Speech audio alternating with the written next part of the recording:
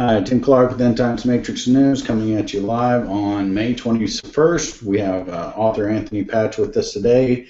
We have Heidi and Chris as usual. She has a long presentation that we're always grateful to get because we get so many things out of it, and it's a real blessing. Today's show is called Primordial Saturn Sun Electric Universe, Cern and Apollo. And so we're always enjoying digging deeper on these topics, and we're going to just throw the show over to Chris, and she can go ahead and get started, and we'll plow right through all this, and I'm sure we're going to get all kinds of more revelations today. All right. Hi, everybody. Hey. Hey, good morning. Good morning. Yep, today's show is Primordial Saturn Sun Electric Universe, Cern, and Apollo. And so we're going to connect some more dots here. On our last show, we kind of talked about the Temple Mount, and we went over some connections with the Moon God and the Sun God.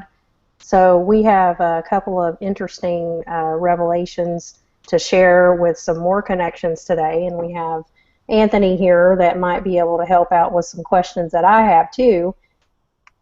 So Dave Talbott's work has actually been a great bridge for me. His work has helped me to understand a lot of things about in today's time and what happened then when I put together the information from the Egyptians and their gods and the hieroglyph symbolisms and the Saturn cults and the sun god temples, and to try to understand, well, why is there a sun god and why is there a moon god, and how does this fit into everything with the equinoxes and the golden age and what they're trying to bring out again, the new golden age. A map of Cern and the Temple Mount. They're actually right across from each other. And this is the moon temple of the moon god. And this is the sun temple because Cern is built over Apollo's temple. So I find that quite interesting with the research that I've done connecting some things. And I have a few surprises in this presentation, so just bear with me. Apollo, I'm sorry, but they're always naked when you pull up there. They just love to be naked then I guess. But Apollo is the sun god, and this is a statue of Apollo from the Greeks. And this is Apollo on a vase that he's always shown with the 4 horses. And he's the sun god here. He has half siblings except for Artemis, who is actually Aphrodite and Isis, and I'll try to go into a little bit more of that. But Hermes is his half-brother, and he represents the moon, and Hercules was a hybrid, and Helena Troy was his half-sister. And Minos was one of the judges of the dead of the underworld, which was a bull god. So these are all mythological gods, but if you look at the elite, the Vatican, and all the connections with these gods, you'll see that they really take these gods serious. I mean, they're connected to the fallen angels, the 7, which became the 8. This is an obelisk from Heliopolis. I wanted to show this, and then I was going to show some of the names of the sun god, but this is from Egypt and the temple. Saturn's name is also Helio. It's translated to that as well. This is called the City of the Sun in Lower Egypt, and the chief center was Ra, Heliopolis, called Lunu, the place of pillars in Egyptian. And so Autumn was another sun god, and then he became Autumn Ra, and this is through a long process that I can't get into now. We've done a lot of shows on those connections, but it has to do with the Ogdoad and the Ennead, and these 4 Egyptian gods that they worship as the 8, 4 above and 4 below. So just keep that number in mind, the number 8.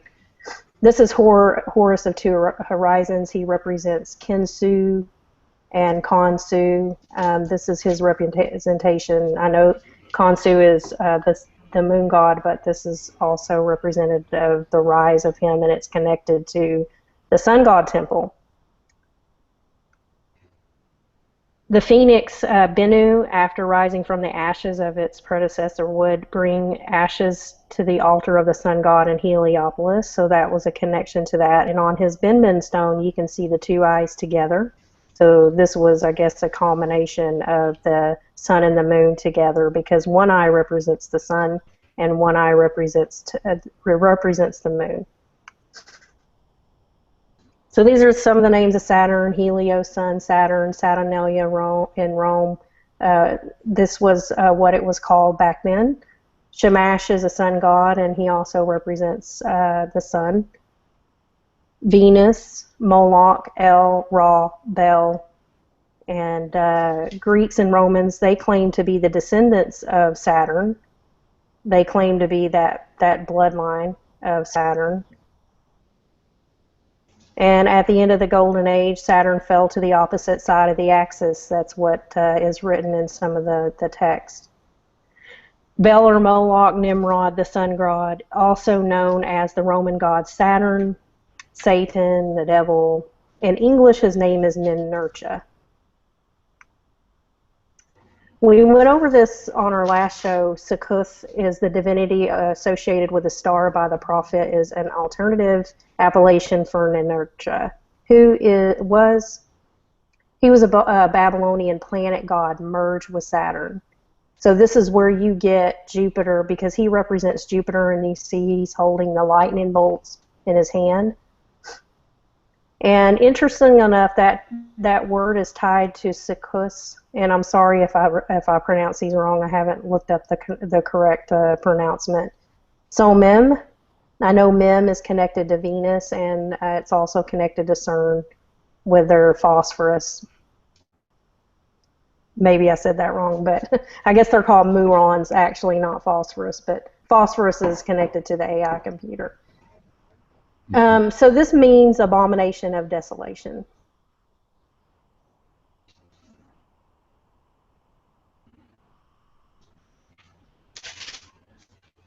And I had a verse about that, but I lost it here.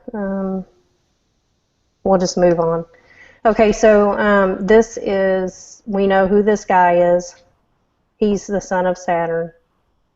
And he worships the sun. He kisses this quite a bit. He loves it. And he has the wheat and the bees on his clothing. Saturn is he represents the wheat. I can't find the word that I'm thinking of, but he represents like corn and grain and stuff like that. That's what kind of god he represents. He represents these things. Ninurta is a farmer. He represents that too. This is the symbol of Saturn, and this is on the Vatican's wand here that he carries around.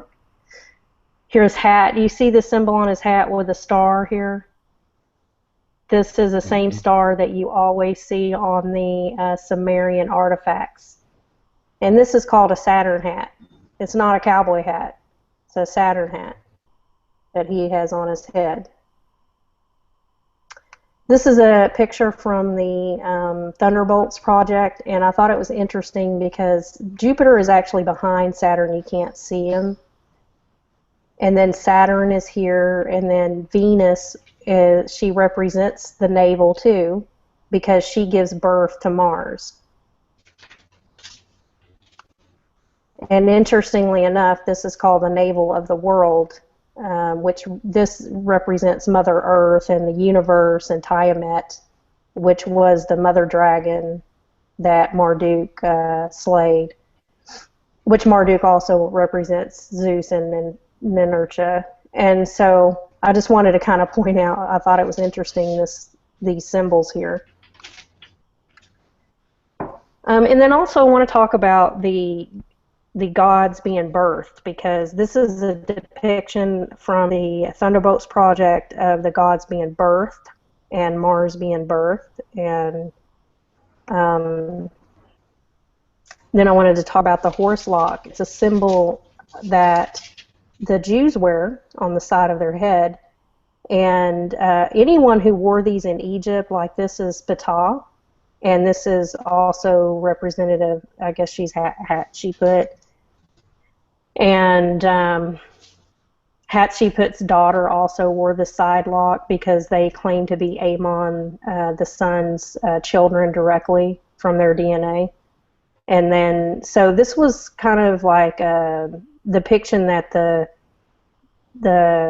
Saturn, Venus, and Mars would make this whirling breath of a side lock. Then this is why they wore it on their head. I'll show another picture of that. But you know, just in my gut, I just say, okay, well, they wear this because this is what they worship, is through this same god of the Egyptians. So it's called life breath curl, and this was what it would look like when they would see it in the sky. This is where a lot of the cultures all over the world get the same symbolism is from the sky. Just keep that in mind with the plasma and electricity. So this also represents alchemy. It's another symbol that represents the Ouroboros in Egypt. So this is like a lot of hieroglyphs have this symbol, and this is Ihi. He's the young Horus, and he also represents Khonsu and Ptah and Hatshepsut. So whenever the Mars would go down into this area, it would make like a hat, and they would call it this is, I know my mother, the white crown Egyptian pyramid text, and this is the symbols of Venus, Mars, and Saturn.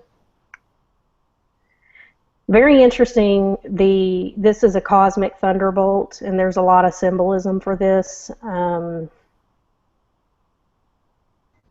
Here's one of the thunderbolts that the ancients would make. And this would be Ninurta's thunderbolt, and this is what it represents in his hand right here.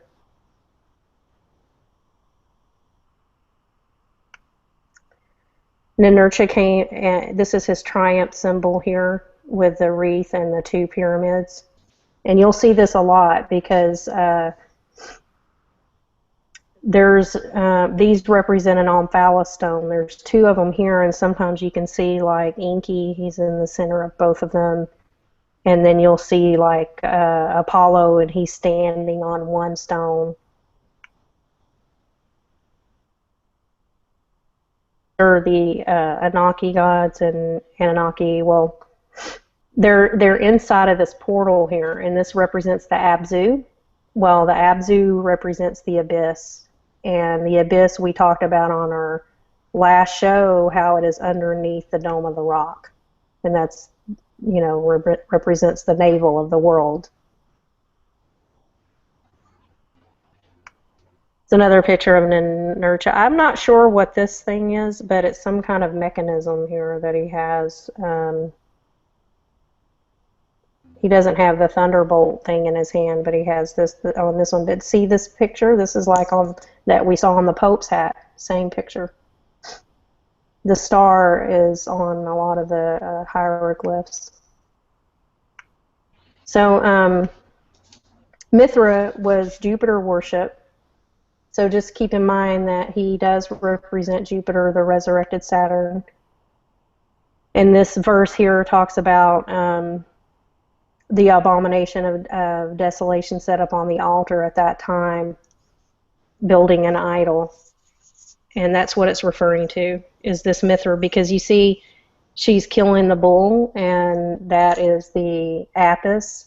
It's the Ka of Osiris. And that's why you see all the Egyptians wearing the bull tails. And here you see the sun and the moon. And then you see Mithra, which was supposedly born from a rock. And I have some more stuff on that below. But This is, Anthony, I was going to show you this symbol here that we talked about before with Happy. Happy represents the lungs and the water. And Happy is the caw of Osiris.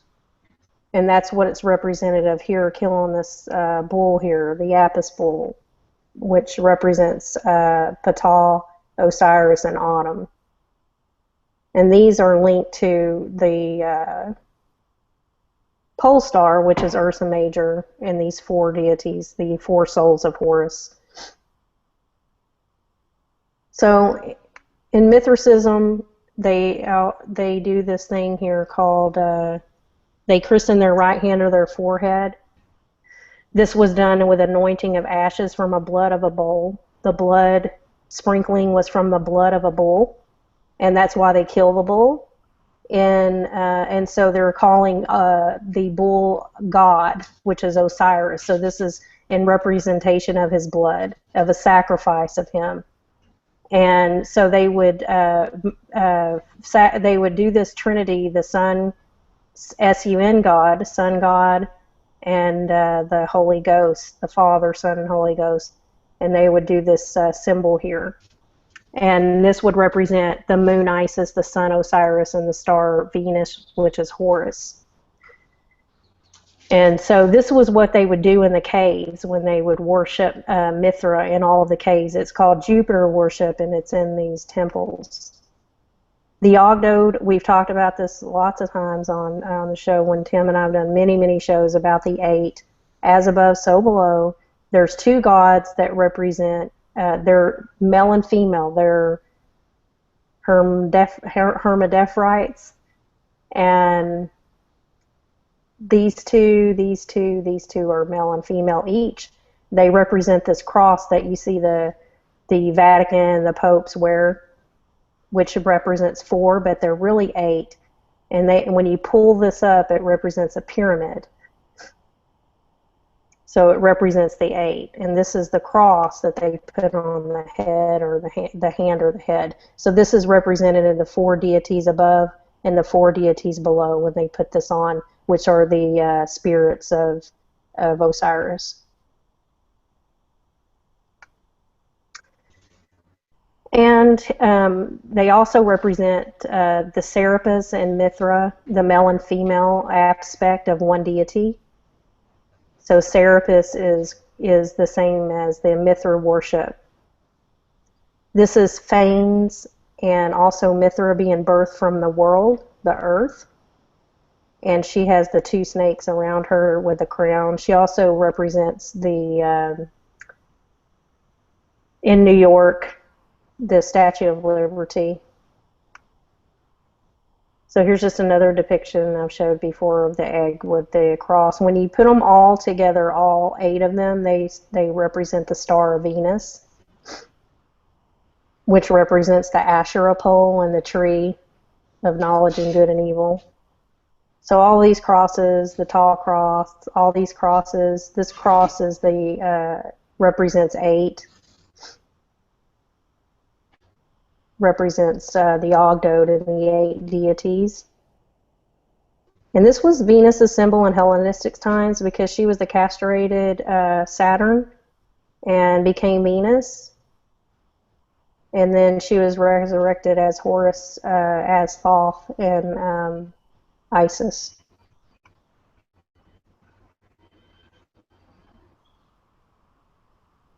Let me go to here first. Okay, so I just said that she was resurrected as Horus, as Thoth and Isis. Well, if you look at the name Hermes and Aphrodite, that's hermaphrodite together. That's where you get that name, from them two. So Ishtar's identification with Venus is of a special interest. When that planet was at its brightest phase, its rays were referred to as the beard of the goddess. She was the bearded Aphrodite, a bisexual deity, evidently. So here's the book that someone wrote, Donald Mackenzie wrote about this. There's many books out there that talk about the deities and how they're both male and female, because the angels were not really a sex. You know, they were just angels. And so all these deities like Hermes is Bacchus, and Hermes is a male and female god that represents, male and female. They pretty much all do. Bel does. Ninurta does. They pretty much represent the male and female. And this was a picture, this is in the museum, and this is Venus with a phallus, and this is her, showing her rising up from when Saturn was killed. And, or he can't be killed, but when he was castrated. And so she is on the back of Patong, and this was we've talked about the communications with their electronic or tuning forks and the waves and how they communicated with each other. And this is Isis or Mari or Ashura, and she has the box on the back of her head with a pole. And Amon, he does too. He has the thing on the back of his head. But what's interesting is there's something happened here with the beginning and the of doors of beginning with Janus during this time, because Isis represents the moon and Saturn represents the sun. Well, after that, Janus was representative as Sol, which is the sun, and his counterpart was Jana, the moon.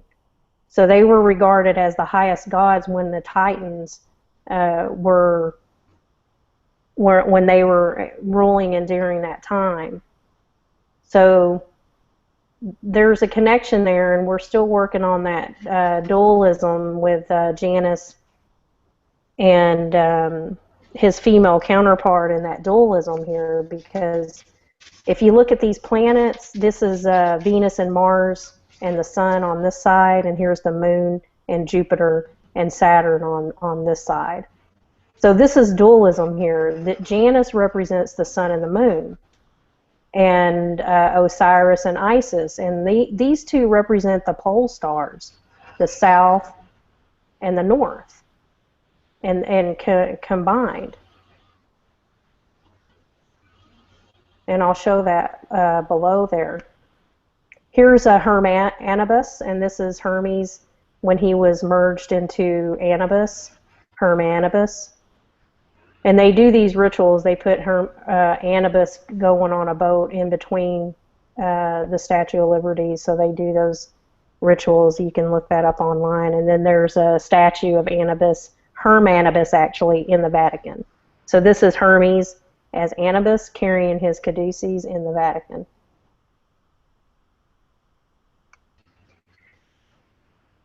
Anubis, Enter the Stars did a video after I did a lot of research on this. I saw his video that Anubis became Osiris.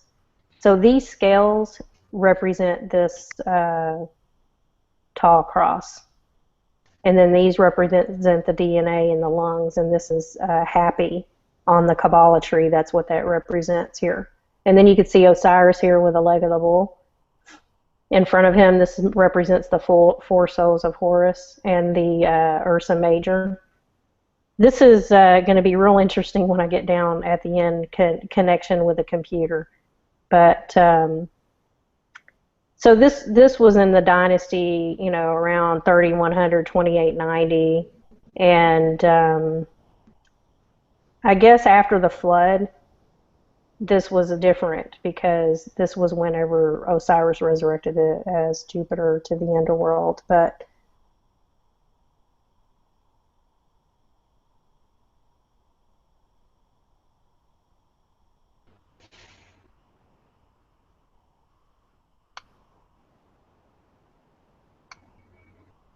so El, whom the ancients Greek identified their god Kronos, just as Bel with Zeus, Yam with Poseidon, and Mot with Hades. And so this is Bel Hadad, which is Zeus, Mot, which represents Pluto. Pluto is real interesting. We're going to have to do a show with the more connections of Pluto, because that's the crown chakra. It represents the netherworlds. Yam is Poseidon, the god of the sea, and he represents the abyss, which is different from the netherworld. And he also represents Set and Zeus, because this would be the Osiris, when he was killed to the underworld. He rose back up from the underworld, and then he became Zeus, which was resurrected Saturn. And these are showing all of his offspring here, which he represents pretty much Apollo too.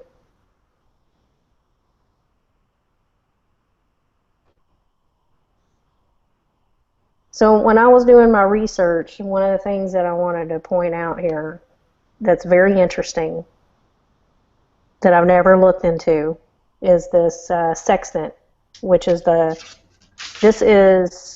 I realized that Osiris, whenever Tim was showing me some stuff from a video, we did the Dig series videos, there's a symbol here that I recognized, and I said, oh, I've seen that symbol before.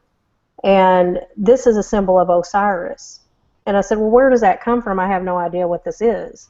Well, this is what it is. This is the South Pole star. So half of his deity is the South Pole star, representative of, and then the other one is the other side, which is Polaris, which is Juno. Juno is the symbol that we've showed, which represents Venus. And then I remember it said that he fell from the other side of the axis, and it's called Sigma Octantis. Sorry about that. Sigma Octantis is, sorry about that. It's the name of the Latin for the 8 part of a circle. And there we get that 8 again. But it's named after octant, a navigational instrument. This represents the Christmas tree. It represents the Birkeland currents going up to the star, which is the Saturn, Venus, and Mars and Jupiter combination, which is the 4. So I found that really interesting that this star is the pole, a South Pole star. South Pole, North Pole, there's an electromagnetic field that goes through our Earth. And this is the pole star that represents the swastika when it spins around. And we've talked about this before, how the Birkeland currents would go up. And this would be what the ancients would see in the sky. Hey, Chris. Yeah. Weren't we looking at that pentagram in the sky as of August 15th or something? Wasn't it? You remember that video we were checking out on the August 15th pentagram? Oh, yeah. That was August 15th, yeah. Oh, okay. Is this related to it?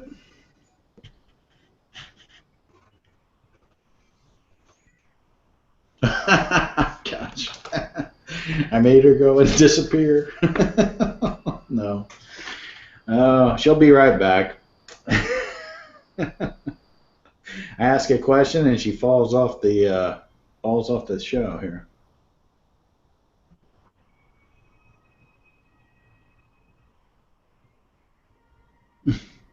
Heidi, Anthony. Yep, we're okay. All right. I didn't know if it was me disappeared or if she disappeared. She'll be right back. She has the link. She'll pop back on. Oh, that's what I get for asking. I wanted to give her the floor today. She's got so much information. Mm-hmm. I'm scribbling notes like crazy here. Yeah, we just had seen that pentagram, the alignment with the August 15th, and that's why I was just bringing out that point. Let's see. It says, I was disconnected. Let me check out my chat here. I think it's you and me. So let's see. I guess Heidi got disconnected,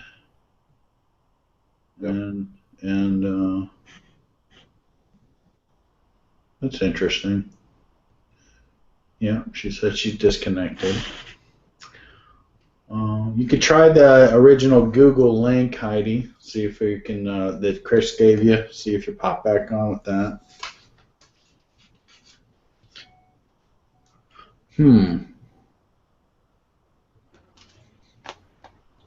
Let's see. Good day, NSA. Yeah, well, folks have been having a little bit of trouble with these Google Hangouts lately. And, yeah, we could be getting some interference from the sun. yeah, that's what I was actually thinking. I've been seeing it's been strange. When they come back on, we'll just we'll note in the description box where we pick back up with the discussion, so people can jump to that point.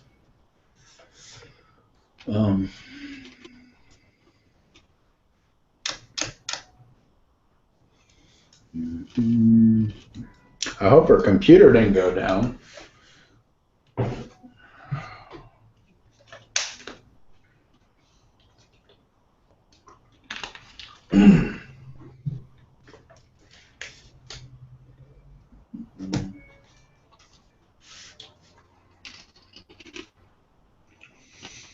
Well, I found it interesting from the last show that we were talking about the Cern Apollo connections, and she's putting them up there with the Cern and Sun and the Apollyon connections again with the Dome of the Rock and the Moon connections. And we'll see if they pop back up here.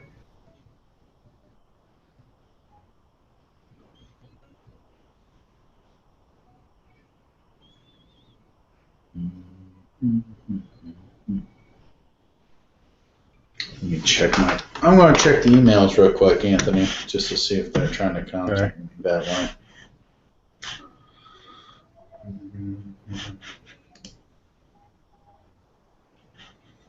Okay, let's see what she says. I had to reboot, not sure why, trying to get back on. So, yeah, when you do a lot of, as much presentation material as she's doing, you can end up crashing a system.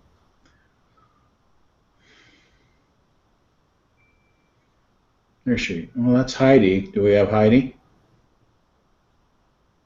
Let's see if we got Heidi. I'm seeing double. Yeah, me too. Double Heidis, but they're not. Let's see. Not here yet.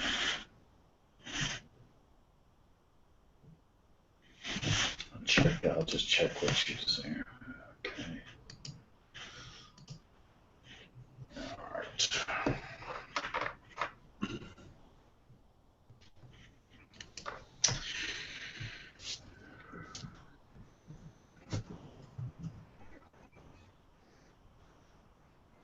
We don't have the song and dance or the elevator music playing right now for the intermission.